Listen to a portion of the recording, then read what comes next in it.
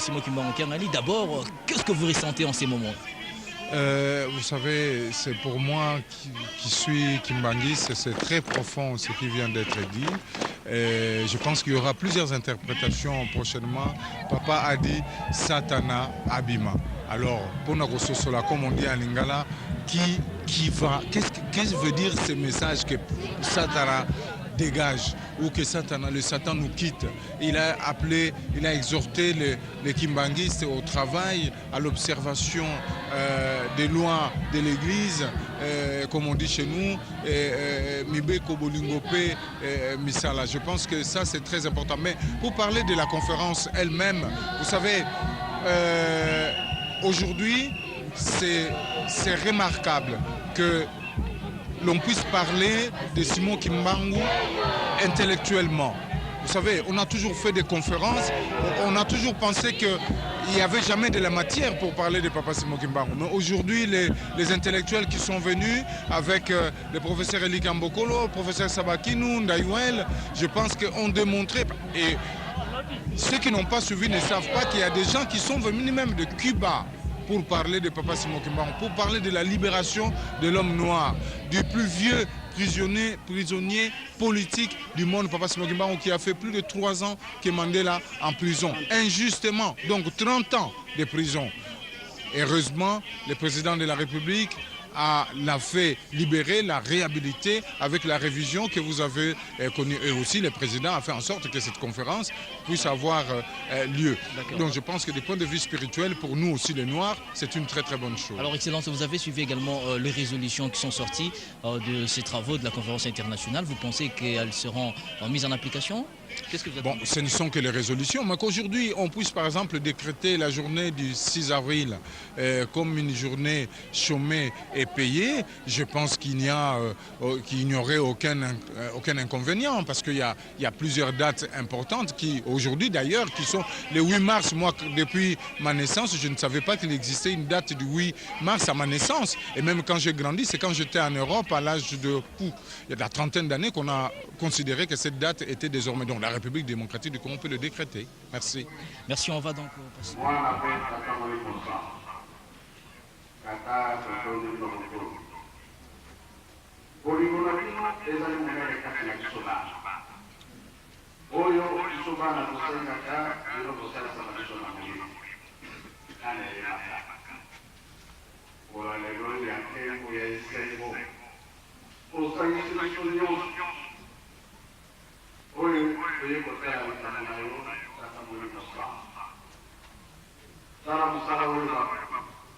Professeur Bassani,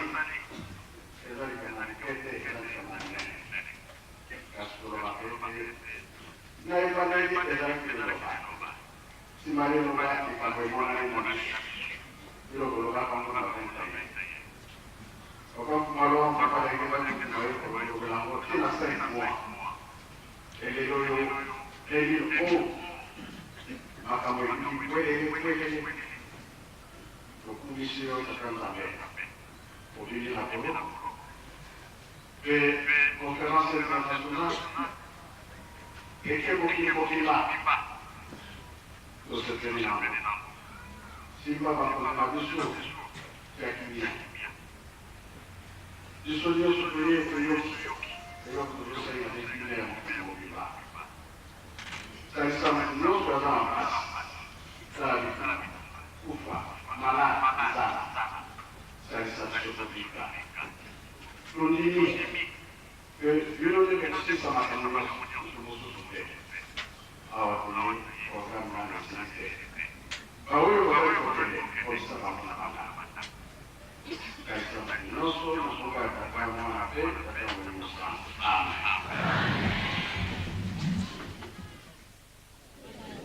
Papa, betu monange meno kena nganda.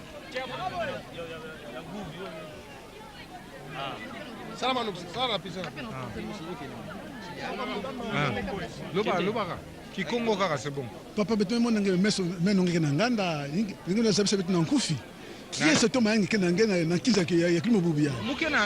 Mukena kiese mingi sa mona inki. Meza ba que nkamba yake na kati ya Bakongo. Donc yake mpamba avec papa Simon Provert Mbachi Bacha gouverneur ya province ya betu metuba ngetata gouverneur ngefana bikana awa na Kinshasa samu na kulanda ba mambo ya yake na kuluta awa na nkumba province na betu beki pe kena ba député provincial na betu yina mekuza anto betu kena kiese mingi ngemona ba mambo tata papa Simon Kimbangu na ntango ba kena kutubila yao yake vona kaka ba mambo betu bakimbangisi me bubu ya mpanga betu mekatuka na ba inchi ya nkaka na ba Cuba na ba États-Unis ba professeur anene ba mekuza samu na kuzabisa betu ba mambo ina ba melunguka na ba ntango ya nyonso meluta na nkumba tata Simon Kimbangu. Donc yake kiese mingi sama betu ya bakimbangisi na kumona ti mamambu ya papa Simon Kimbangu baki na kutala yao na batu ya ike na mayele ya mingi yake kima mosi ya mbote na resolution ya ibamebaka kan batu la betu ata journée ya le 6 avril ya vanda férié